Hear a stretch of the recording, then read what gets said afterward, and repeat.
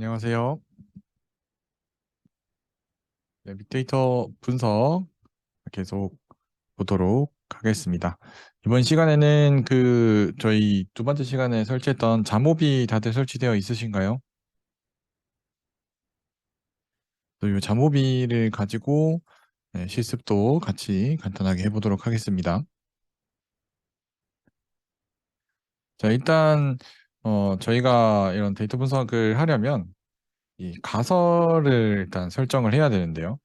그래서 보통 우리가 이 데이터 분석을 하는 용도가 여러분들이 그냥 일반적으로 생각을 해보면 여러 가지 변수들 간의 상관관계가 있냐, 아니면 이 상관관계가 양의 방향으로 관계가 있는지, 음의 방향으로 관계가 있는지, 아니면 이 데이터가 우리가 일부 표본만 가지고 데이터를 분석을 했는데 이게 실제 모 집단의 이 어떤 데이터를 증빙할 수 있는 것인지, 이런 가설들을 설정하고 그걸 검증하면서 이 가설이 맞다, 이 가설이 틀렸다라고 해서 최종적으로 이 빅데이터 분석의 결과를 도출해낼 수 있는데요. 그 가설을 검증하는 단계에서부터 오늘은 간단하게 상관관계 분석을 하는 것까지를 살펴보도록 하겠습니다. 일단 간단하게 우리가 오늘 할 내용들을 요약해서 말씀을 드리면, 자, 이거는 제가 이제 다른 어떤 빅데이터 분석을 하기 위해서 한 900명 정도의 설문조사를 한 데이터입니다. 이 만족도라는 당진시의 이 정주여건 설문조사를 한 건데, 전체 만족도와 각, 예를 들어 총 만족도가 있고, 난 주택 여건이 이 당진시의 주택 여건이 괜찮은 것 같다, 아니면 교육이 괜찮은 것 같다. 이 각각의 작은 이 세부 만족도 수치들이 평가 지표들이 전체 만족도에 얼마만큼의 영향을 주는지를 분석해 볼 수 있습니다. 그러면 우리가 당진시가 주민들이 더 많아지려면 어떤 조건들을 먼저 빠르게 대응을 해야지 실제 사람들이 더 크게 느끼고, 비용은 한정적이잖아요.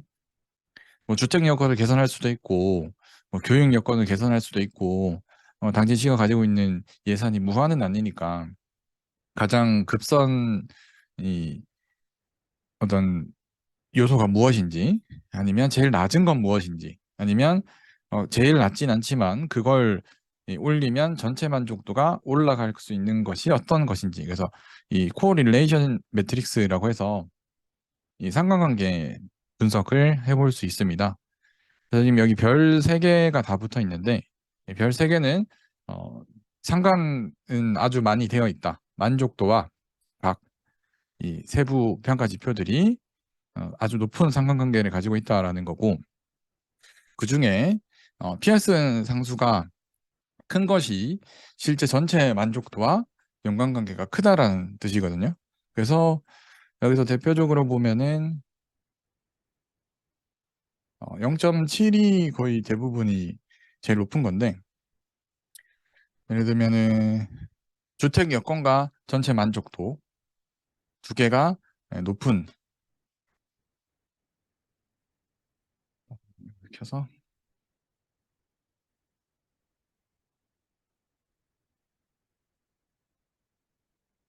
주택 여건이랑 만족도가 0.7로 아주 높고요. 주택 여건이 실제로 많은 영향을 준다라는 걸 확인할 수 있고, 그다음에 생활체육이 0.7인데 문화 여가랑 둘이가 관계가 깊다. 그렇죠. 거의 또 어떻게 보면 좀 비슷한 이 수치니까요. 그리고 또 좀 큰 것들을 보면 0.63 휴식 공간이랑 교통이랑 상관관계가 있다. 그러면 이 휴식 공간 만족도를 높이면 같이 이 교통에 대한 만족도도 조금씩 같이 올라가는 그런 평가 지표들인 거예요. 그래서 이 관계들을 다 분석해서 그러면 어떤 만족도를 올려서 빠르게 전체 만족도를 올릴 것인지, 이런 전략을 짤 수 있는 이 매트릭스를 그릴 수 있는데 이거 되게 자모비 이용하면 되게 간단하게 그릴 수 있습니다. 이 데이터 자체는 여러분들이 이렇게 그냥 엑셀로 이렇게 되어 있습니다. 여러 사람들의 설문조사한 거를 성별, 연령, 뭐 이렇게 다양한 수치들을 900명 정도를 이렇게 쭉 엑셀로 만들어서 CSV 파일로 만들어서 제가 여기 자모비에다 넣은 겁니다. 900명 정도의 실제 설문조사를 이런 것들까지도 한번 살펴보도록 하겠습니다. 자, 그럼 우선 가설 검정과 유의 수준을 보도록 하겠습니다. 가설 검정은 우리가 보통 얻는 정보들은 이 모 집단의 정보를 받습니다. 우리 뭐 예를 들어 음료수를 사 먹어도 음료수의 표기는 250ml라고 되어 있는데 진짜 250ml가 정확히 맞을까요? 여러분들이 편의점에서 사서 실제 이온 음료의 용량이 250ml가 맞는지 표본, 이 제조사에서는 아주 많은 제품들을 찍어내면서 250ml다라는 기준으로 줄 텐데 우리가 편의점에서 예를 들어 2개만 사서 250ml가 정확히 맞는지 검증을 해보는 겁니다. 그러면 이 가설이 이제 만들어지는 거고요. 그래서 이 가설이라는 거는 하이포테시스라는 이 가설은 주어진 사실 혹은 조사하고자 하는 사실이 어떻냐라는 주장이나 추측입니다. 어떠하다에 대한 정의는 이제 뒤에서 할 거고요. 그래서 귀무 가설은 이 일반적으로 믿어온 사실, 그러니까 그렇다. 보통 이제 모 집단을 가지고 이야기할 때 스포츠 이온 음료의 용량은 제품에 표기된 250ml다라는 게 귀무 가설입니다. 그래서 그냥 그렇다. 널이라는 게 없다, 무의 뜻이거든요. 널. 그래서 아무것도 없다. 그냥 그렇다. 보통 모수가 말하듯이. 그래서 보통 우리가 어떤 이 분석을 할 때는 대립 가설을 합니다. 이 공공연하게 사실로 받아들이는 그런 이 데이터를 대립해서 그게 아니다. 라는 이 의문에서부터 시작하는데요. 그래서 250m라고 하니까 아니다라는 이 가설을 세우거나 아니면 250ml보다 적다 아니면 250ml보다 많다. 일반적인 이론, 이런 일반적인 근거에 반대의 가설을 세워서 이 가설에 대한 검증을 하고 그게 검증을 했는데 참이면 우리가 알고 있던 사실이 틀린 거고요. 이 대립 가설이 거짓이면 우리가 알고 있던 사실이 맞는 거죠. 그래서 이 대립 가설이 보통 우리가 이제 기존 사실에 대해서 의문을 가지고 연구할 때 사용하는 연구 가설이라고도 하고요. 대부분의 어떤 연구 목적으로 나오는 데이터 분석들은 이 대립 가설로 설계되게 됩니다. 자, 그리고 가설 검정의 오류. 이 통계적 판단, 우리가 가설을 세우고 나서 통계적 판단을 한다는 거는 앞에 세운 이 가설을 검증하는 건데요.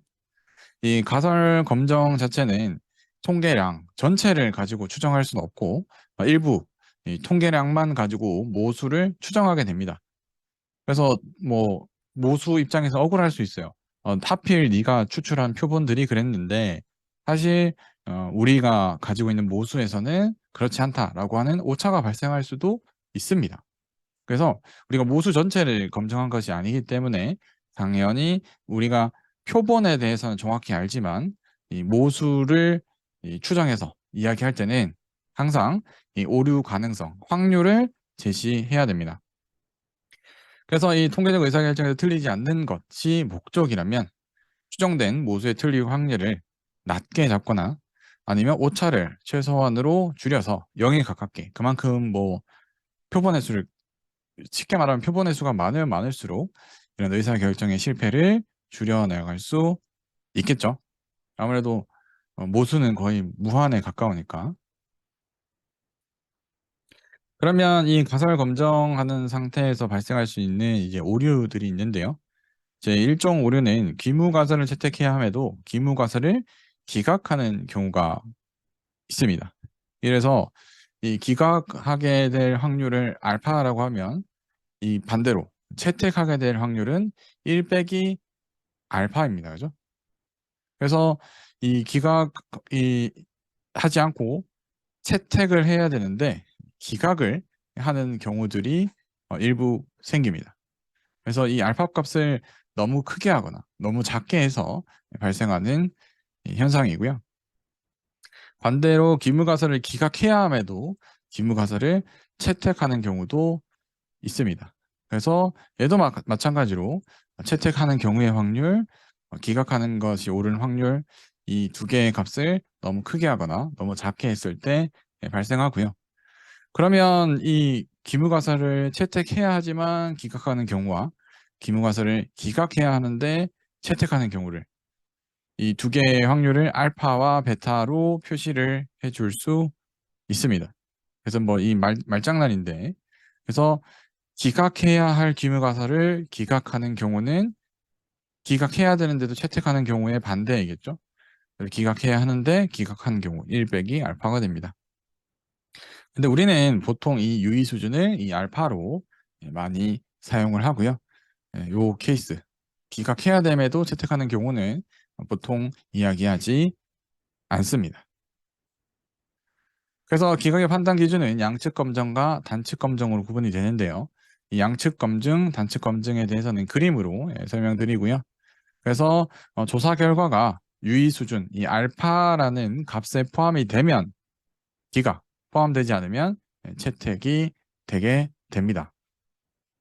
양측 감정은 뭐냐면 자, 우리가 250ml의 이 스포츠 음료가 있다고 했는데 그게 사실이 아니다라는 것을 검증하기 위해서 기무 가설을 기각하고 대립 가설을 채택해야 되는 상황인데요. 자, 기무 가설은 그냥 250ml잖아요. 그죠? 그냥 기무 그냥 그대로 있는 그대로. 대립 가설은 이게 아닐 거라는 거예요. 이게 아닐 거다. 250ml가 아닐 것 같은데 크거나 작을 것 같은데 그러면 이 알파 값을 얼마나 둘 거냐? 이 알파 값이 뭐냐면 요 그러면 우리가 230ml까지는 오케이라고 볼 거냐? 270ml까지 오케이라고 볼 거냐? 요 알파라는 것은 요 구간을 말합니다. 이 구간. 이 구간. 이 두 개의 구간을 합치면 2분의 알파를 두 개 하는 거니까 그게 이제 알파 값이 됩니다. 그래서 이 알파 값을 지금은 특정 값으로 줬더니 요 시점이 230, 270인 겁니다. 그래서 이 안에 있냐, 이 안에 없냐라는 기준이 요 알파 값입니다. 그 다음 단측 검정은 한쪽 방향으로만 하는 거죠. 양측은 이게 기각력이 이제 양쪽에 다 있는 건데 단측 원사이드 같은 경우는 250ml보다 작다, 크다, 크거나 같다. 우리가 알고 싶은 값이 250ml보다 크거나 같다. 아니다. 250ml보다 작다. 그러면 그때의 알파. 한쪽을 할 때는 한쪽 전체가 알파인 거죠. 반측으로 할 때는. 그래서 이 알파가 크면 클수록 채택될 확률이 적어지겠죠. 네, 그 정도만 알고 계시면 됩니다. 알파가 크면 클수록 채택될 확률이 줄어든다. 그래서 이 가설검정이라는 우리가 어떤 현상, 어떤 사실에 대해서 누가 모수를 가지고 누가 주장을 했는데 그게 맞냐 아니냐에 대한 분석을 할 때 필요한 단계입니다. 그래서 가설을 수립한다. 일단 귀무가설. 실제 이 모수가 주장하는 것, 이 자동차의 연비는 얼마다 이런 것들. 그러면 이 유의 수준. 그러면 이 유의 수준은 어느 정도로 볼 거냐? 내가 95% 정도만 일치해도 확률이 95%면 인정할 거냐? 아니다. 나는 99% 일치하다고 나와야 인정할 거다. 그런 유의 수준을 결정하고 유의 수준에 따라서 기강력, 양측이냐 단측이냐. 그래서 기강력이 양쪽에 다 있는 거냐. 아니 기강력이 큰 건 상관없다. 큰 거는 상관없고 아니면 작은 건 상관없다. 이렇게 한쪽으로 기강력을 양측인지 단측인지 설정하고 그에 맞추어서 표본을 가지고 통계량을 계산합니다. 표본에 뭐 평균, 분산, 표준 편차 이런 것들을 예, 비교해서 이 기강력에 포함되는지, 그래서 기각이 되는지 아니면 채택이 되는지 최종적으로 의사결정을 해서 분석 결과를 우리가 활용하게 됩니다.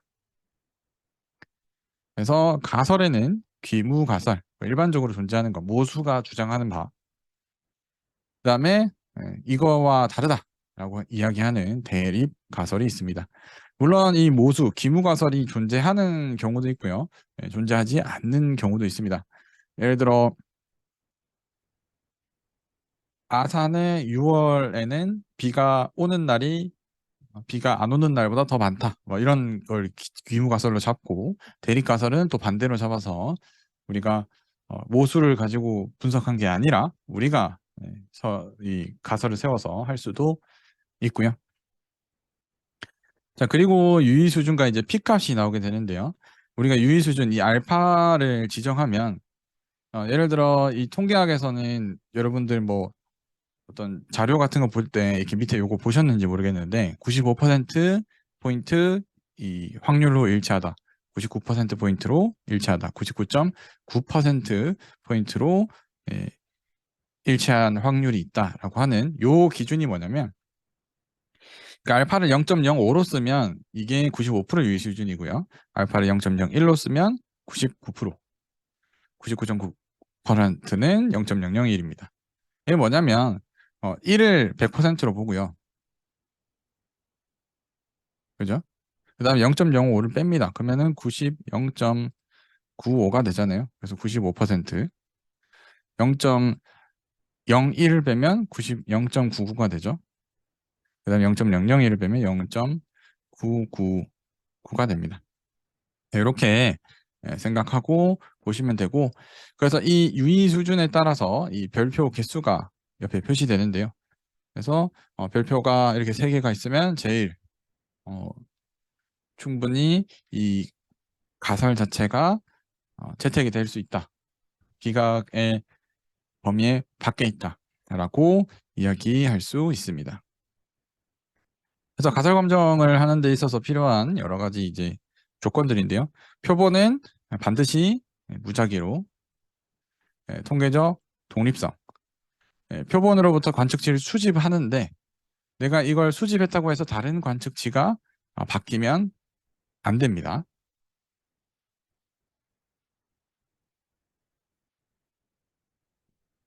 이거는 뭐 여러 가지 상황이 있을 수 있는데 예를 들어 우리가 뭐 수질을 측정하겠다고 물을 이렇게 비커에 받아서 이 물을 떠서 어떤 뭐 센서나 뭐 장치에 이렇게 넣어서 측정을 하겠죠. 근데 내가 이 물을 뜨는 과정에서 이 관측치를 수집하는 이 과정에서 남아있는 물에 어떤 변화가 생겨서 관측치가 이렇게 실제로 바뀌는 뭐 그런 상황들을 만들면 안 된다. 그래서 이 표본들은 별도로 그 관측치를 수집하는 그 기준에 맞게 수집을 할 수 있어야 된다. 그리고 정규성, 표본을 구성하는 이 관측치가 너무 적으면 정규 분포가 안 됩니다. 우리가 봤던 이렇게 XY 이렇게 그렸을 때 이런 정규 분포 조금 더 작아지면 이렇게 더 많아지면 이렇게 되는 이 정규 분포를 가져야 되는데 이 모양을 그릴 수도 없는 수준의 너무 작은 수량은 이 가설 검증을 뭐 아무것도 할 수가 없습니다. 그다음에 등분산성은 둘 이상의 표본을 비교해서 가설 검증할 경우 이 두 집단 자체가 등분산, 비슷한 같은 분산을 가지고 있어야지 가능하고요. 그래서 표본의 크기를 늘리면 표준 오차가 줄기 때문에 검정력이 높아집니다. 무조건 좋겠죠. 표본이 많으면 많을수록.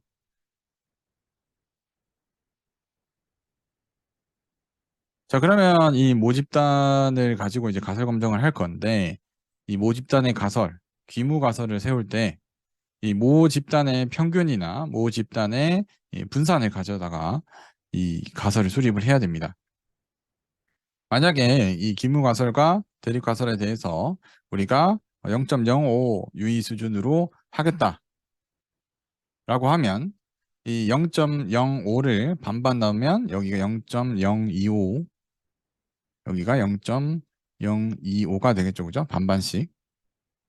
이 반반을 이 표준 정규 분포라고 했을 때 0을 평균으로 하는 표준 정규 분포를 했을 때 분산도 1이고, 그랬을 때 요 위치의 값이 마이너스 1.96이고요.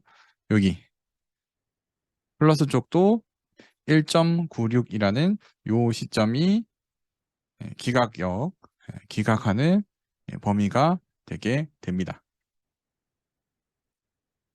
그런데 만약에 이제 좌측 검정 한쪽으로만 0.05로 간다 하면 아까는 이제 1.96이었는데 여기는 1.64가 되게 됩니다. 그래서 요거보다 작으면 기각을 하는 거고요. 이거보다 큰 숫자가 나오면 기각하지 않고 채택하게 됩니다. 반대로 우측이면 플러스로 1.6. 자, 이렇게 이 앞에서 제가 처음에 얘기했던 스포츠 이온유 용량이 250ml보다 내가 일단 가설을 세운 거예요. 대립 가설로. 적은 것 같다. 근데 제품에 표기된 건 250이니까 기무 가설은 250이죠.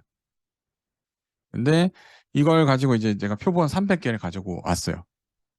표본 300개를 대상으로 측정했더니 실제로 244.65가 나왔어요. 평균이. 그리고 표준 편차는 20이 나왔습니다. 자, 우리가 뭐 이런 뭐 가설 검증 이런 거 모른다 그러면 어 적네. 300개 했는데 244니까 적네. 내가 300개 해봤더니 244라서 적습니다. 가 결론이 되는데 우리는 지금 이 가설 검정 방법을 알았으니까 이 평균과 표준 편차 그리고 내가 설정한 유의 수준 0.05 그냥 95% 기준으로 이 좌측 검정 그죠? 적은 것 같다고 했으니까요. 이 분포에서 그죠? 적은 것 같다고 했으니까 여기에 있으면 적은 게 맞는 거고요.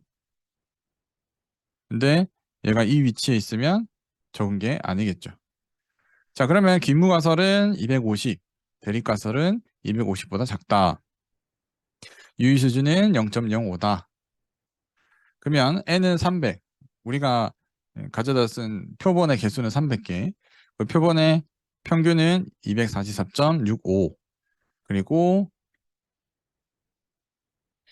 표준 편차는 20. 유의수준은 0.05다. 근데 유의수준 0.05는 우리 앞에서 봤던 것처럼 이거는 그냥 보통 계산기처럼 그냥 대입하면 바로 나옵니다. 마이너스 1.64입니다. 그래서 마이너스 1.64보다 작다면 기무가설이 기각됩니다. 이게 틀렸고 얘가 맞는 거죠. 그래서 이 검정 통계량을 구해봅니다. 이 식을 막 외울 필요는 없습니다. 검정 통계량을 검색해서 대입해보면 마이너스 4.633이 나옵니다. 그러면 우리가 이게 맞으면 이게 조건이었잖아요. 기각한다 했는데 지금 기각 범위에 들어가 있죠. 우리가 이렇게 있는데 여기가 0이고 여기 마이너스 1.64보다 작으면 기각이라 했는데 지금 우리가 계산한 수치는 보면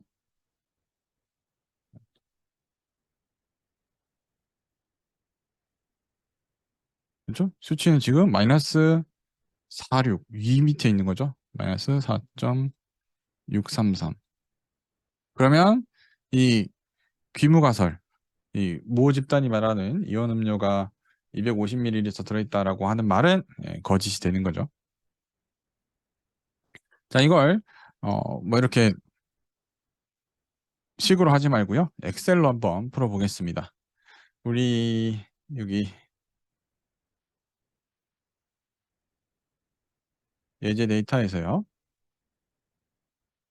7번 7장 가설 검정 모 분산을 아는 경우.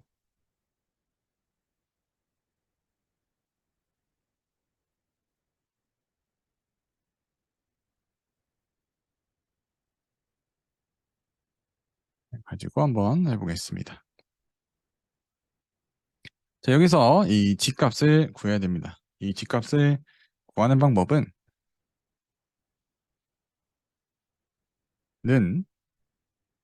일단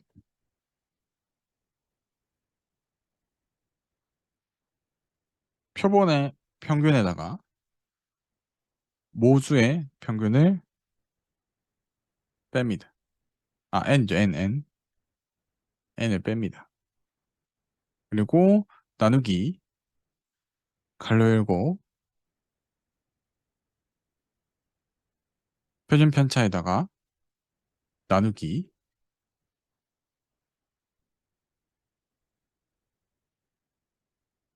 네네네 잠시만요. 잘못됐구나.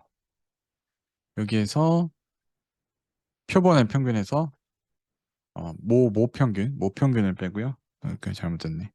모평균을 빼고 그 다음에 E3에서 나누는데 루트를 씌워서 표준 편차 루트를 씌워서 분산을 구해주고 분산을 나눠서 구해줍니다.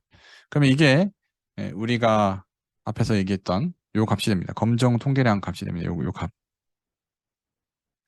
그래서 이 검정 통계량이 어느 위치에 위치한지를 보고 우리가 0.05라 했으니까 마이너스 1.64보다 작아야 기각인데 1.64보다 훨씬 작죠. 그래서 기각이다.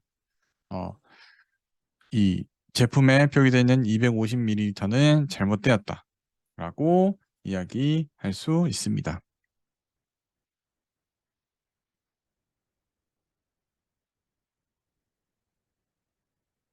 자, 요거는 뭐 교재 보고 그대로 한번 입력해 보시면 되겠죠?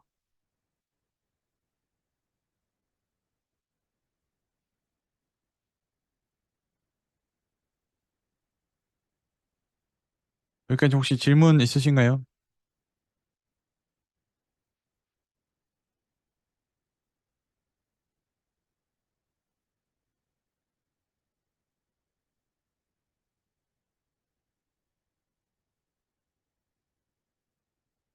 아니요. 네.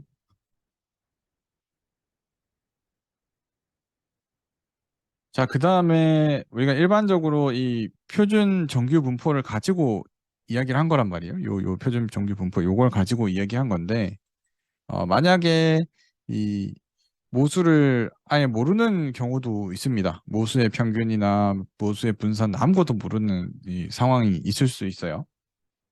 아까 제가 했던 것처럼 당진시의 사람들의 만족도의 모수 정보는 제가 아는 게 하나도 없잖아요. 모수의 그냥 N수, 실제 당진 시민이 몇 명이다. 이것만 알고 있지. 그들의 평균 만족도가 무엇인지 이런 건 저는 아무것도 모릅니다. 예, 그런데 우리가 가지고 있는 표본이 충분히 어떤 분석을 하기에 충분히 크다라고 하면 사용할 수 있는 이 방법이 있고요. 그런데 이 표본이 또 너무 크면 아주 크면 좋은데 표본이 충분하지 못한 경우에는 이 T 분포라는 걸 활용해서 사용할 수 있습니다. 그래서 이 검정 방법들이 여러 가지가 있는데요.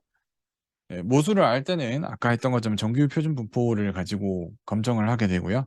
근데 표본이 만약에 30개보다 적으면 T 분포를 사용하고요. 근데 표본이 충분히 크다. 그러면 이 G 분포를 이용해서 검정을 할 수가 있습니다. 이것도 우리가 잠오비를 하면 바로바로 해볼 수 있기 때문에 한번 확인해 보도록 하겠습니다. 이번에는 이 스포츠 이온 음료에 대한 용량 조사를 이렇게 표본을 가지고 와서 표본에 따라서 가설을 수립해서 유의 수준 0.05에서 좌측 검정 특정 값보다 작다라고 내가 추정된다. 그러면 이게 맞는지 틀린지에 대해서 한번 검정을 해보도록 하겠습니다. 그래서 15개의 표본을 가져왔고요. 각 이 환경의 이 용량들을 이렇게 측정을 했습니다. 그러면 기무가설은 250ml다 인데 대립가설 250ml보다 작은 것 같다. 내가 가지고 있는 개수는 N수는 15개 그리고 유의 수준은 0.05다. 그럼 일단 평균을 구해야 됩니다. 평균을 구하면 252.2가 되고요. 그 다음에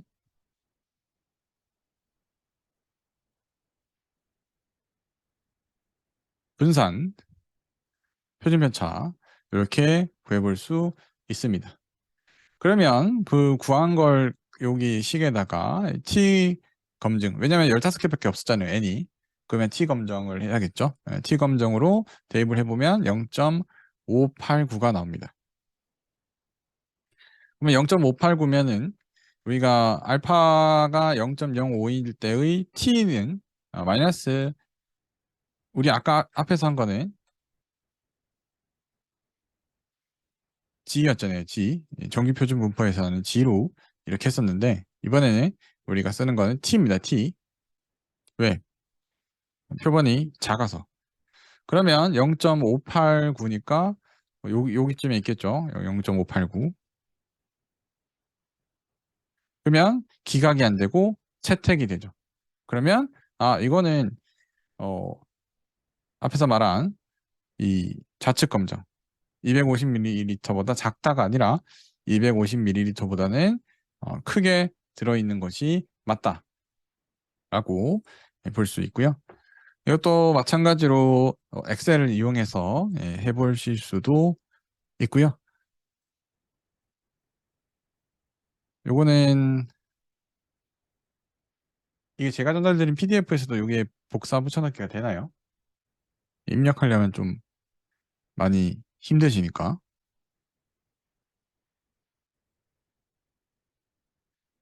요 연산만 한번 해볼까요? 요 연산만. 값은 제가 입력을 해드리고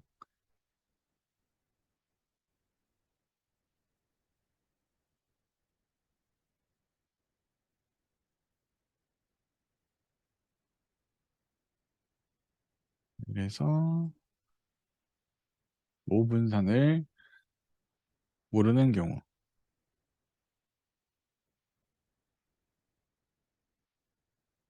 가설 검정 모분산을 모르는 경우에 평균은 252.2,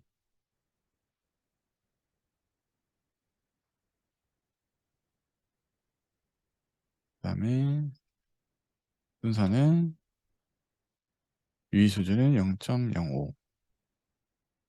그래서 표준 편차는 SQRT.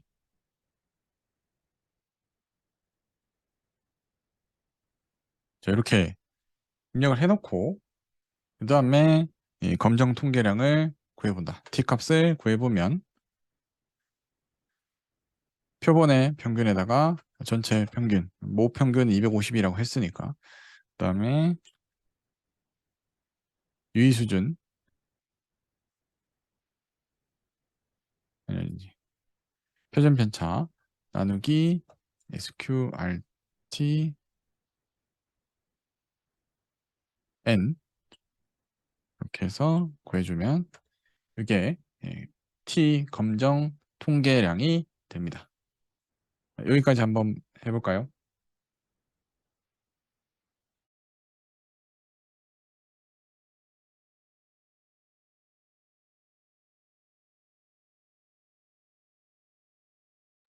나머지 숫자들은 입력하시고요. 여기만 입력해서 H6번 셀만 입력해서 한번 검정 통계량을 한번 확인해 보시죠. 5분 드리겠습니다.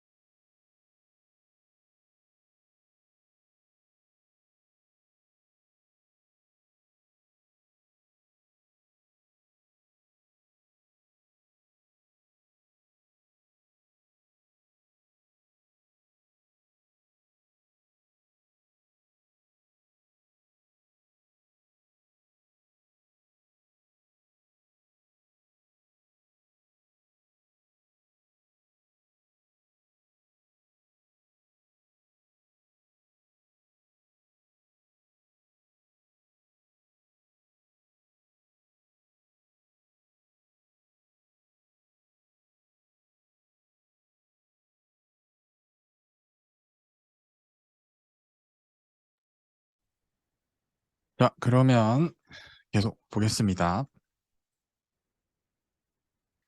그 다음은 이 P값을 이용해서 가설을 검증해 보도록 하겠습니다. P값 같은 경우는 이때까지 신뢰 범위에 포함되는지는 그렇다, 그렇지 않다라는 것만 나오는데, 반대로 이 P값이 얼마가 나오면 그에 맞추어서 내가 기각하고 채택할 수도 있습니다. 그래서 T 검정에서도 사용할 수 있고, 분산 분석에서 사용할 수 있고, 회귀 분석, 교차 분석. 그러니까 내가 유의 수준을 먼저 설정하는 게 아니라 P값이 나오는 걸 보고 그에 맞추어서 P값으로 이 가설을 검증할 수도 있습니다. 어떻게 하냐면 앞에 마찬가지로 250ml라고 했던 이온 음료에 대해서 표본을 300개, 그리고 평균은 244.65, 표준 편차는 45다. 그러면 가설을 수립하고 유의 수준을 0.05에서 기각 여부를 판단해라 라고 했을 때, 우리가 해볼 수 있는 것은 N, 300, 평균, 그리고 표준 편차, 그리고 유의 수준은 0.05다 라고 해서 먼저 이 G값을 구합니다. G값을 구하면 마이너스 2059가 나옵니다. 그러면 이 P값을 구하기 위해서 G가 마이너스 2059보다 작다는 P값이 얼마 나오냐? 그래서 P값을 구해보면 0.02, 정확히는 0.01997이 나오는데, 그러면 얘가 여기 위치하는 겁니다. 여기. 그러면 우리가 처음에 이야기했던 유의 수준이 0.05라고 했기 때문에 이 0.05보다 훨씬 작은 수준의 이 위치에 있죠. 그러면 이거는 P값을 만족하죠. 그래서 우리가 이 유의 수준, 내가 설정한 유의 수준보다 95% 이상 평균이 이 여기 위치에 존재한다라는 게 돼서 기각이 되게 됩니다.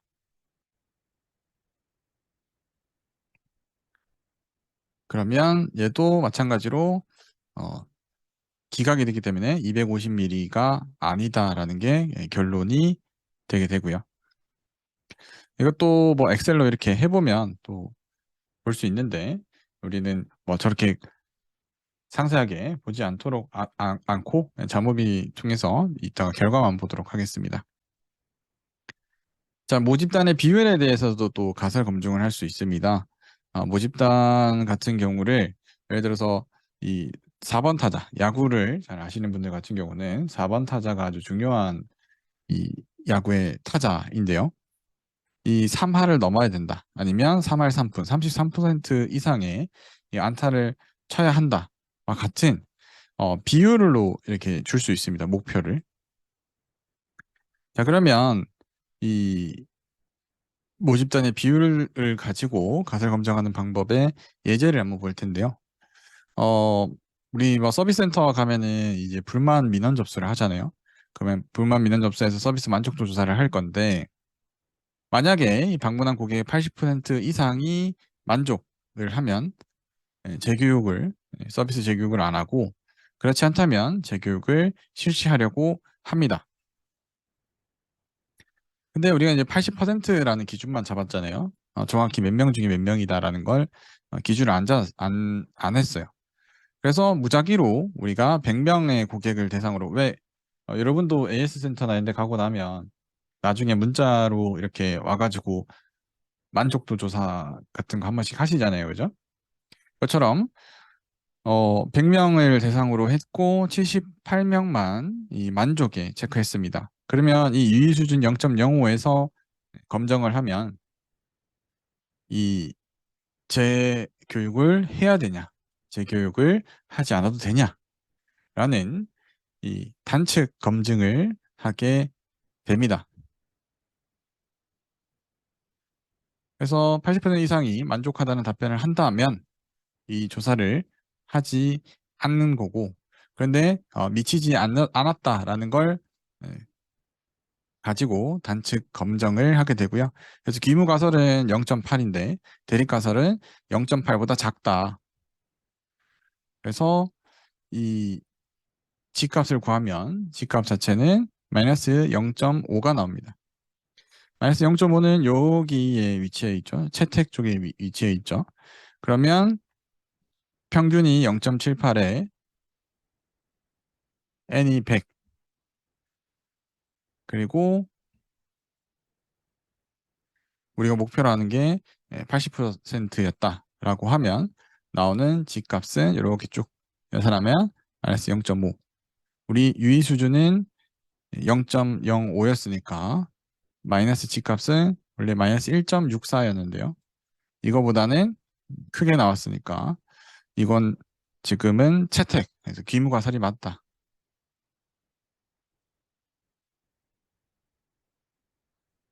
귀무가설이 맞다. 재교육을 하지 않아도 된다가 결론이 되게 됩니다. 이것도 잠보비로 하면 나중에 요 데이터만 넣어서 지 검정을 한다. 그래도 유의 수준은 얼마다 라고 하면 바로 나오게 됩니다.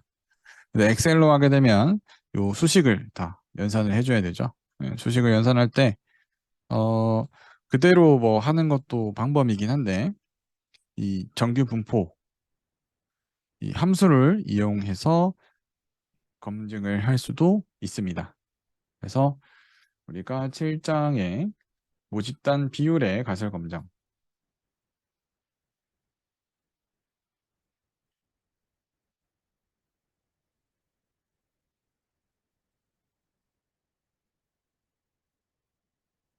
우리가 모집단 비율의 가설 검정에서 n수가 100명이었는데 결과는 0.78이었고 내가 원하는 김과수는 0.8인데 유의 수준은 마이너스 0.5다.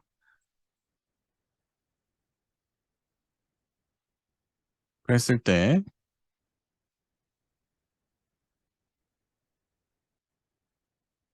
정규 분포로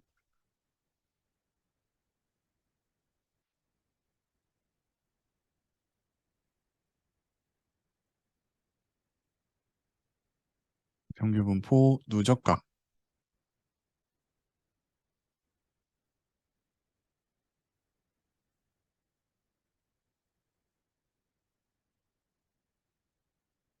잘못했네요. IMV네. 정규 분포의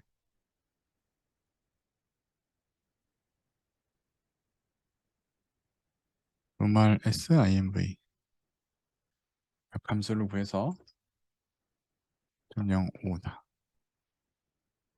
그러면 이렇게 기준값은 마이너스 1.6.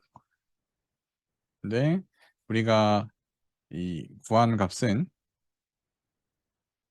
이 계산식으로 구한 값은 마이너스 0.5니까 여기 기각역보다 위에 존재하기 때문에 얘는 채택이 된다. 라고 볼 수 있습니다. 저희 얘기는 0.78의 저 정도의 분산이면 0.8보다 크다라고 보는 것도 95%는 맞다라는 이야기가 되는 거죠. 만약에 이 처음에 이 조건 자체가 80% 이상이라는 이 조건 자체가 몇 명이 만족해야 된다라는 조건이었으면 저희가 여기까지 안 왔죠.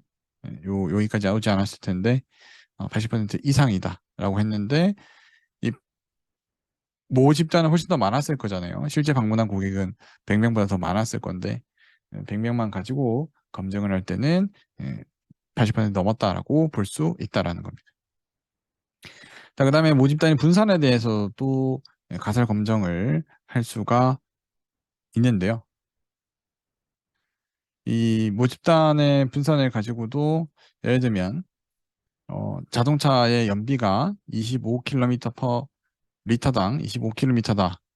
그리고 분산은 6.25다라고 자동차 회사가 홍보를 했습니다. 우리도 뭐 자동차 이 공인 연비라고 해서 자동차 회사가 주장하는 연비 수치가 있습니다. 근데 그걸 내가 맞는지 검증하기 위해서 50대의 자동차를 가져다가 연비를 측정했고 그 평균 연비는 28.49, 분산이 3.84다.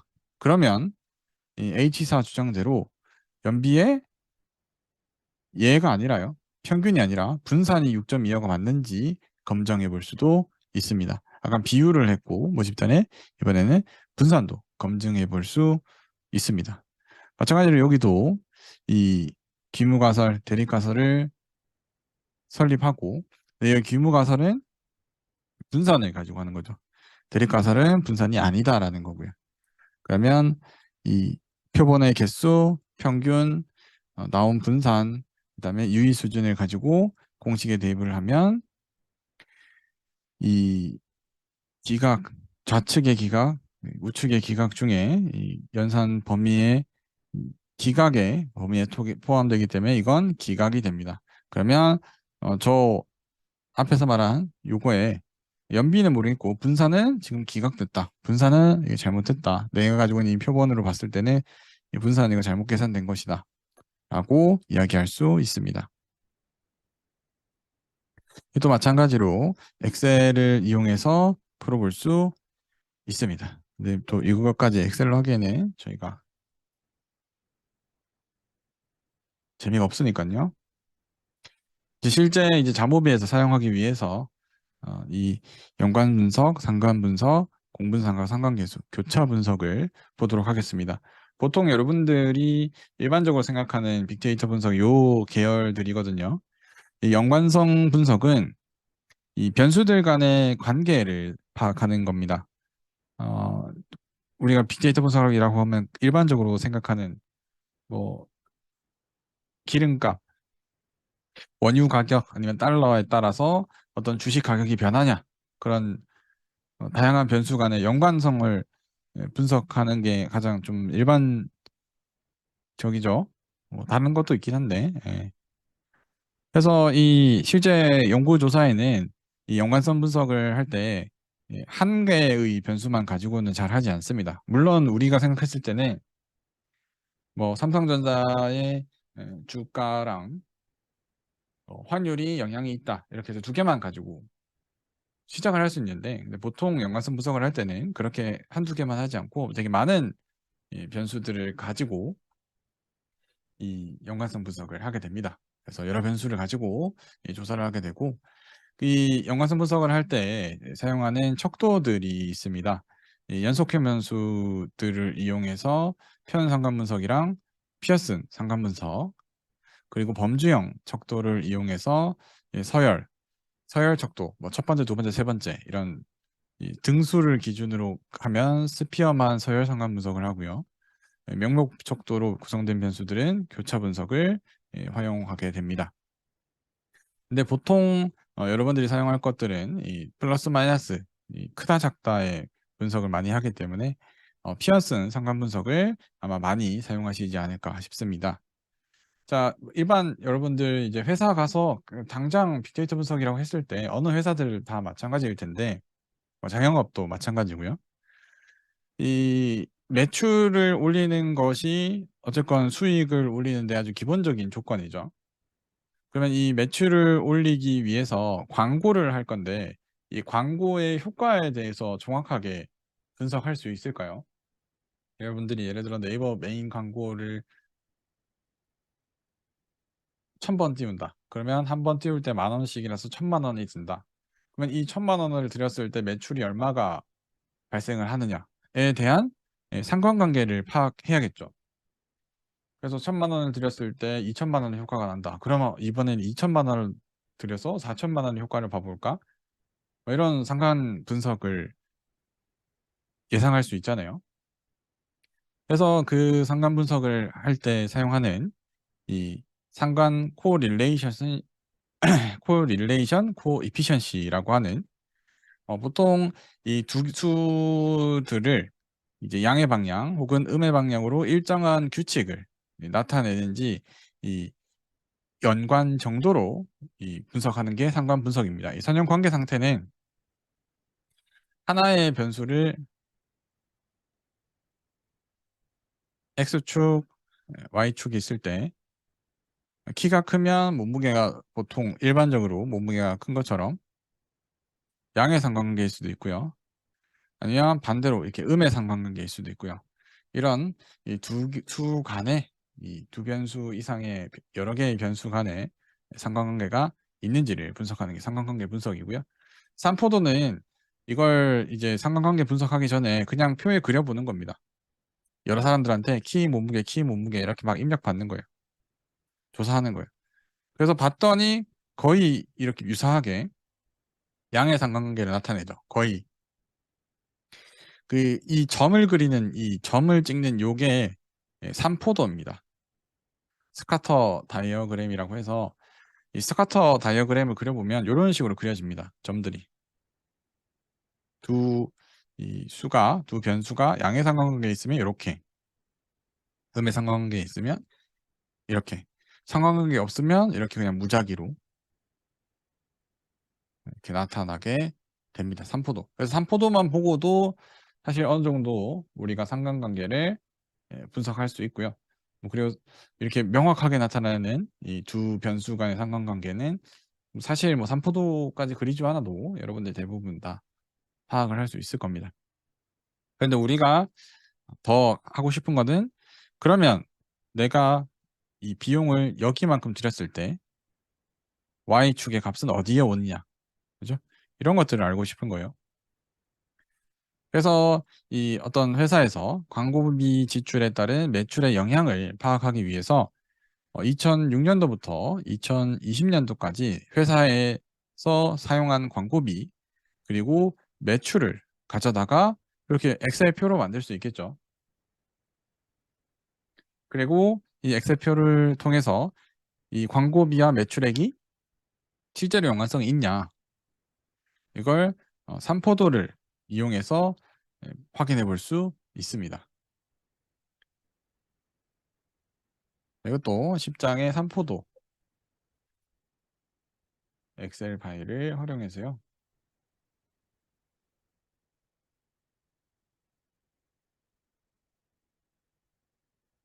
그러면 각 연도별 매출액이 나오게 됩니다.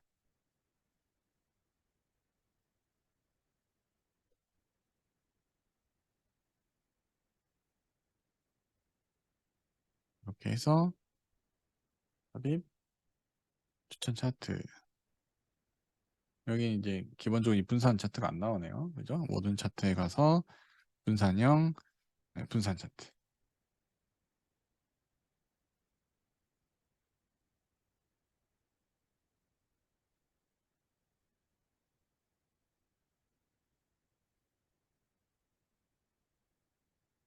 그러면 이 각 광고비에 따른 매출액이 나오게 되죠. 그래서 광고비를 8을 들였을 때 70, 그래서 광고비 8일 때 70, 광고비를 20 들였을 때는 110, 광고비 20일 때 110, 이렇게 3포도를 그려볼 수 있습니다. 3포도 보면 어떻게 보이나요?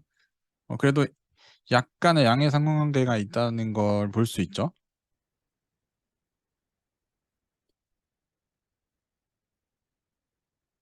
근데 지금 범위 자체가 0부터 140까지 있어서 너무 약간으로 보이는데, 사실 여러분들 이제 뭐 뉴스 같은 거 봐도 막 이렇게 과장되어 있는 막 그런 것들도 좀 일부 있잖아요. 그죠?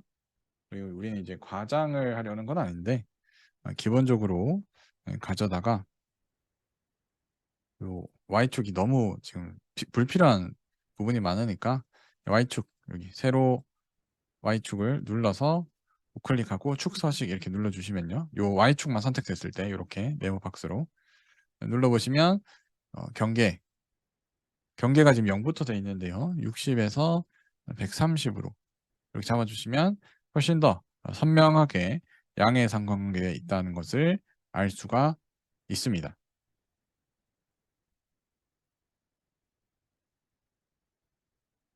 그런 다음에 우리가 뭐 4원을 이걸로 볼 수 있나?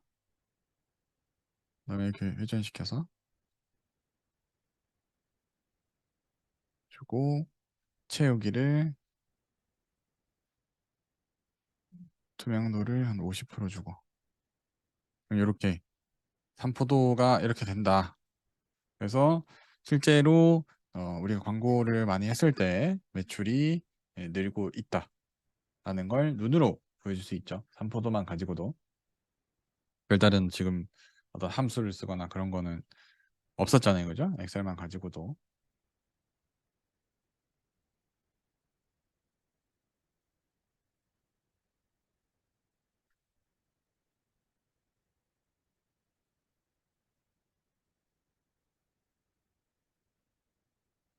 자, 그다음 이 양의 방향, 음의 방향에 대해서 수치로 만약에 표현하고자 하면 이 코베리언스라고 해서 공분산을 구해주면 됩니다. 이 공분산을 구하는 방법은 뭐 이런 방법이 있는데요. 우리 그냥 엑셀로 좀 쉽게 한번 해보도록 하겠습니다. 그래서 우리가 아까 삼포도를 그린 이 광고비와 매출액의 공분산을 구해보시죠. 자, 이 공분산을 구하기 위해서 기본적으로 평균을 구하면 평균은 이제 다 더하고 나누기 15, 나누기 15 하고 이 광고비와 매출액의 이 편차를 계술해서 편차를 다 더해주고 나누면 되는데요. 이걸 우리가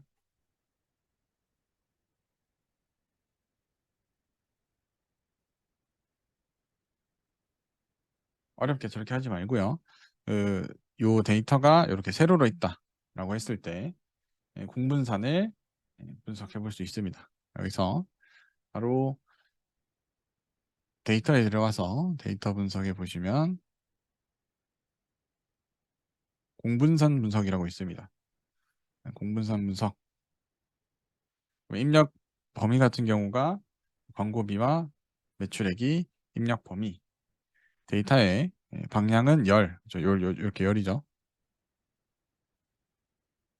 그리고 첫 번째 행은 이름이죠. 이름, 이름표.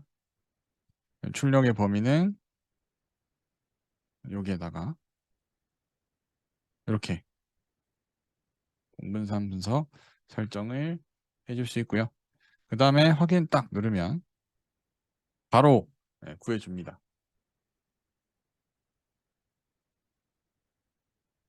광고비의 평균,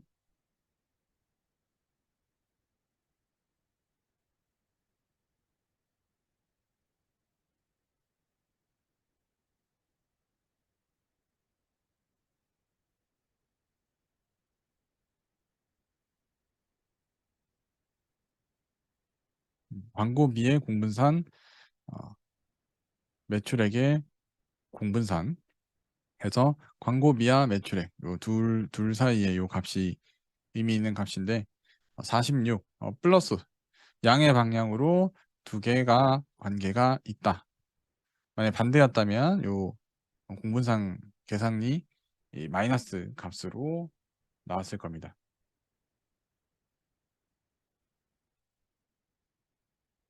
그다음은 이제 상관 분석도 할 수 있는데요. 이 두 수가 실제로 무슨 연관이 있냐? 상관 분석도 마찬가지로 똑같습니다. 입력 범위 주고 열 첫 번째 이름 출력 범위를 여기로 해서 확인 눌러주면 이게 아까 제가 보여드렸던 코릴레이션 이 잡모브이에서 보여드린 요겁니다. 요거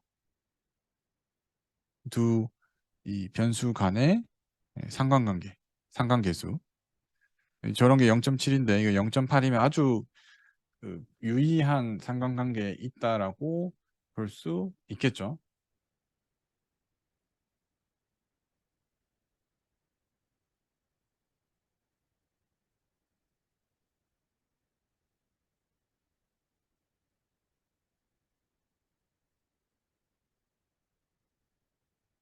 자, 그러면 요거를 우리가 지금 유의관계까지 왔으니까 상관관계까지 왔으니까 잠오비로 하는 걸 한번 보여드리도록 하겠습니다. 저는 일단 이 데이터를 가지고 있어서 여기 잠오비의 상단에 이 줄 3개 눌러서 오픈 한 다음에 브라우저에서 필요한 파일을 이렇게 불러왔습니다. 엑셀 파일을 불러왔고 불러오고 나면 데이터에 이렇게 엑셀처럼 쭉 여러 가지 데이터들이 들어오게 됩니다. 이걸 우리가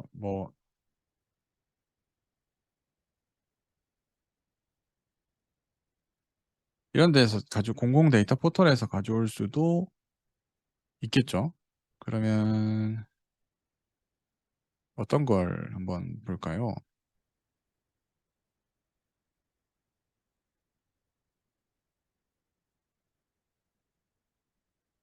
월별 생산량 이런 거밖에 없네요. 재밌는 데이터가 뭐가 있을까요? 음, 코로나 확진자 현황, 확진자 수, 날짜 이렇게밖에 없네요. 조금 더 재미있을 만한 데이터들. 그래서 여기 뭐 계속 올라옵니다. 매일매일 이 수정 파일들이 올라오기 때문에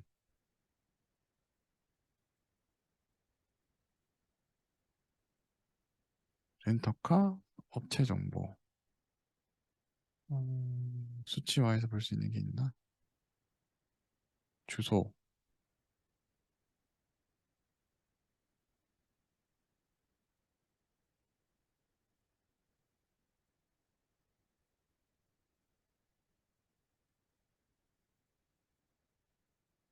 무인 단속 카메라 데이터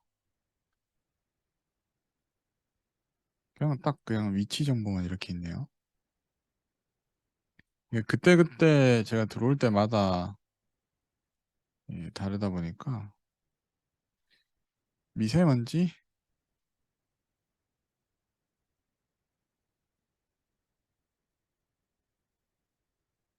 온도와 어, 미세먼지 이 농도 간의 관계를 한번 볼까요? 온도에 따라서 그러면 여기서 데이터를 이렇게 다운받습니다. 다운로드에 저장합니다. 그리고 제가 오픈해서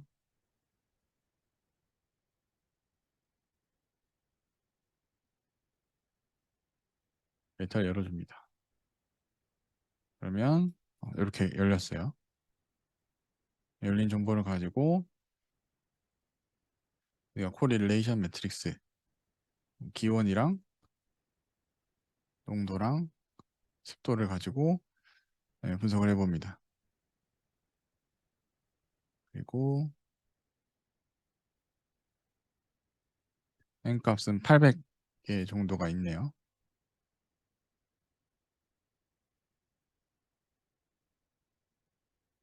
그다음에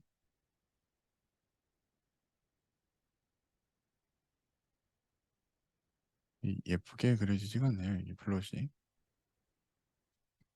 이렇게 만들어진 걸 우리가 카피 이렇게 해서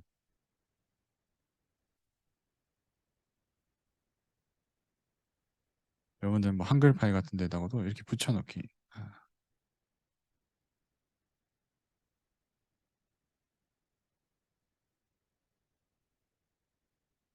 이렇게 익스포트 PDF로 익스포트 해도 되고요. 이거라서 그런가? 음,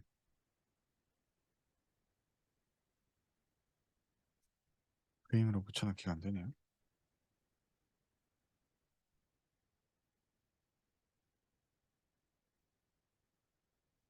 한글이 원래 됐던 것 같은데 파워포인트는 이렇게 붙여넣기 하면은 요 기본 양식, 표 양식 가져와서 이렇게 붙여넣을 수도 있고요.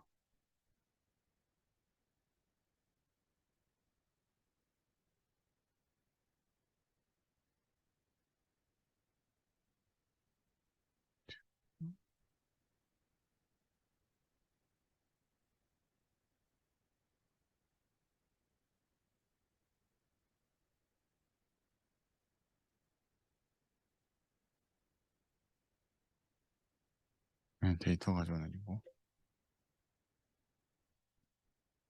얘 같은 경우는 지금 보면은 이 P값이 0.015, P값이 0.01보다 작다. P값이 0.1보다 작다. 우리 아까 봤던 얘를 봤을 때는 얘는 전부 다 0.01보다 작았단 말이에요. P값이. 그래서 99.9% 유의성이 있다라고 나누는데 얘는 조금 애매하죠. 얘 같은 경우는 지금 습도랑 기온은 관계가 있는데 상관관계가 있는데 해제가 안 돼. 네. 습도랑 기온 같은 경우는 0.01이니까 아주 높은 상관관계가 있고 pH 상수는 마이너스 0.2다. 그래서 양의 상관관계가 음의 상관관계가 있는 습도가 오르면 기온이 내린다. 습도가 내리면 기온이 오른다. 뭐 이런 어느 정도의 이 관계가 조금 있는 것 같은데요. 조금. 마이너스 0.2니까 그렇게 크진 않고요. 근데 나머지는 p 밸류 자체가 아주 작아가지고 크게 영향이 없는 것으로 보이네요. 직접적으로는. 근데 또 관계가 있는 게 나올 수도 있겠죠. 지금은 없지만 음,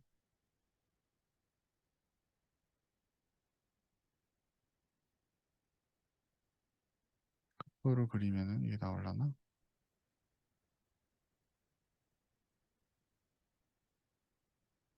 그 기온이랑 습도를 가지고 지금 산포도를 그려봤는데 크게 뭐가 이게 나오진 않죠. 그죠? 그리고 미세먼지 평균 농도를 봐도 기온에 따라서 이게 크게 영향이 있어 보이지 않고요. 산포도로 봐도. 습도도 그러니까 전체적으로 봤을 때는 이 음의 상관관계에 있는 것 같은데 이게 또 크게 영향이 있는 것 같지는 않고요. 그래서 지금 명확하게 나오면 우리가 이렇게 확 크게 수치가 0.6 그리고 p 값도 0.01보다 작다 이렇게 크게 나오면 아 이건 두 변수 간에 관계가 있다라고 하지만 이렇게 나오면 이게 관계가 있어 보이진 않네라고 판단할 수 있습니다. 그러니까 엑셀로 하려면 이거 하나하나씩 구해야 되는데 여기서는 우리가 이제 나중에 배울 이제 팁 테스트 예를 들어 기온이랑 습도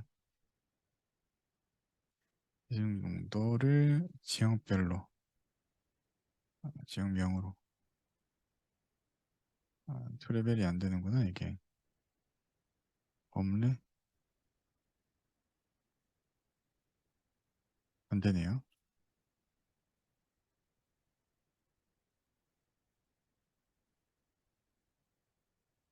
나중에 되면 어떤 지금 내 데이터 자체가 지금 요런 거밖에 없어가지고 안 되는데 다른 이 검증들도 바로바로 여기서 해보실 수 있습니다. 그래서 요 그림들을 만들고 이게 왜 근데 이거 안 되지? 원래 이게 되는 건데 네 이렇게 엑셀로 하지 않고 자모비로 오시면은 그냥 오픈해서 불러오고 그다음에 여기 애널리즈에 있는 요거 바로바로 저희가 오늘 배운 게 코릴레이션 매트릭스 그 다음에 스카터 플롯 이 산점도 그리는 거 두 가지를 해봤고요. 그렇게 어렵지 않습니다. 코릴레이션 매트릭스에는 여기 값들만 이렇게 넣어주면 되고요. 필요 없는 값을 빼고 스카터 플롯도 마찬가지로 내가 필요한 값들을 이 Y축, X축에 이렇게 넣어주면 그에 맞추어서 바로바로 그림을 그려주게 됩니다. 자, 이렇게 오늘 수업은 여기까지 하고요.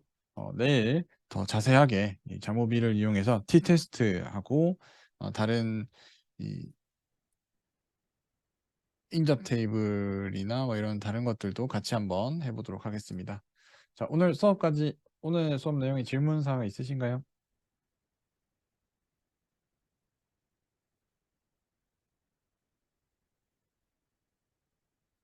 네, 질문 없으면 오늘 수업 여기까지 하겠습니다. 수고하셨습니다.